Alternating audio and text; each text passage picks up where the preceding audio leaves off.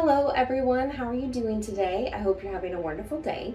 Today we're diving into a topic that's been making headlines lately, the NAR lawsuit. If you're a homeowner, buyer, or seller, you want to stick around because we're breaking down what these lawsuits mean for you. So what exactly is NAR? It stands for the National Association of Realtors, and it's a powerhouse organization representing real estate professionals across the country.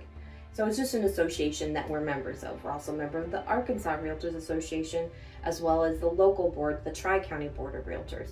It's just any profession is association membership. Usually, like as a technician, I'm a member of the Arkansas Veterinary Technician Association, and there's also the National Veterinary Technician Association. But what NAR is really known for is its lobbying efforts, not only for its real estate professionals, but also homeowners, like making sure that flood insurance is affordable and also that Fannie Mae and Freddie Mac financing is available.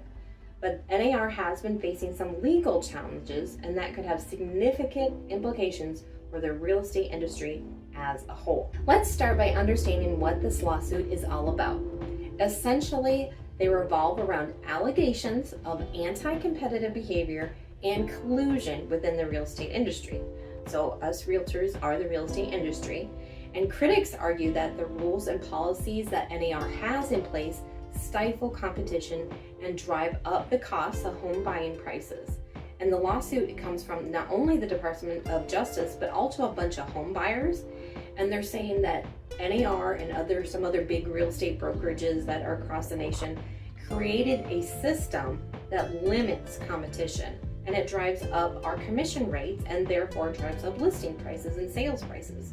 And that lawsuit claims these NAR policies might have kept commission rates, the fees agents charge, artificially high.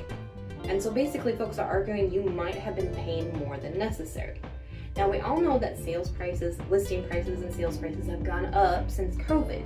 And that really comes down to supply and demand, because many people were leaving the cities trying to get away from all the people that were sick and coming to rural areas. There's not as many homes in rural areas, so therefore they were bringing a high demand and we had a low supply, and that means prices go up because you don't have the supply and there's a high demand.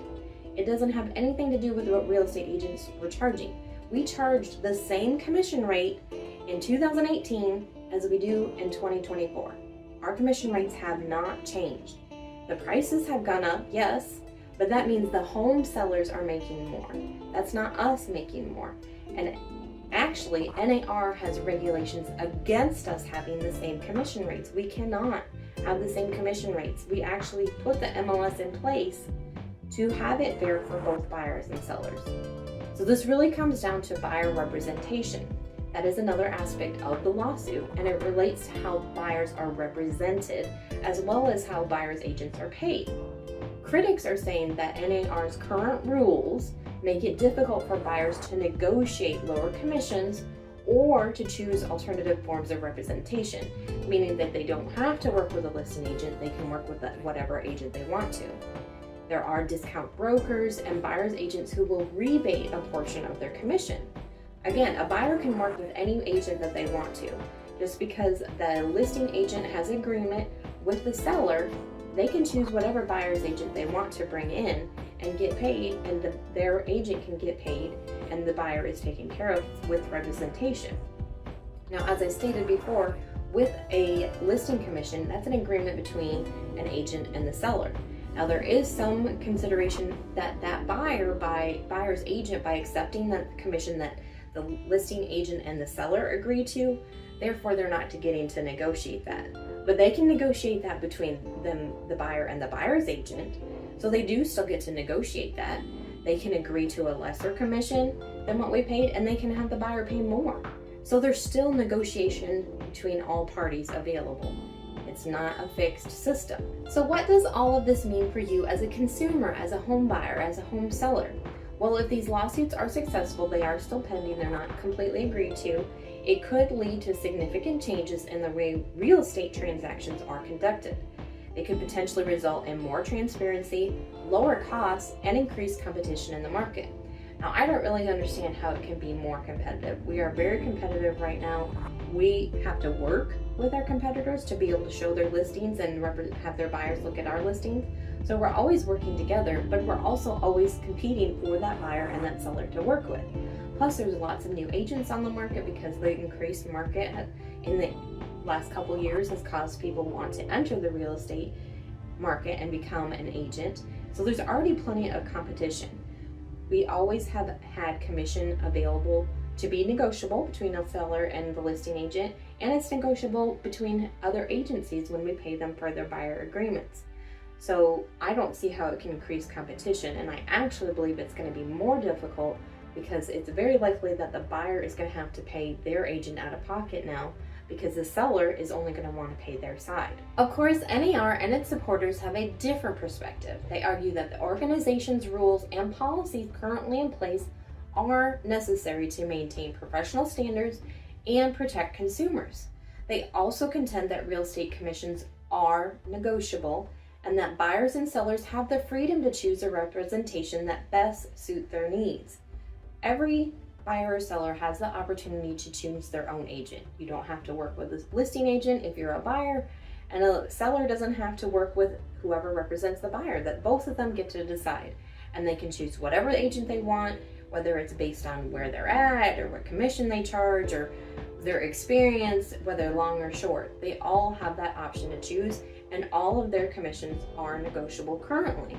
And that's why they created the MLS back in the 80s, was so that it was clear that it was a agreement with the listing agency and the selling brokerage that they would offer compensation for them to sell their listing. That's why the MLS was created. That's why you see that on Zillow and Realtor.com. You see that buyer's agent compensation. That's how much the buyer agent know they will get by representing the buyer. This lawsuit takes that away.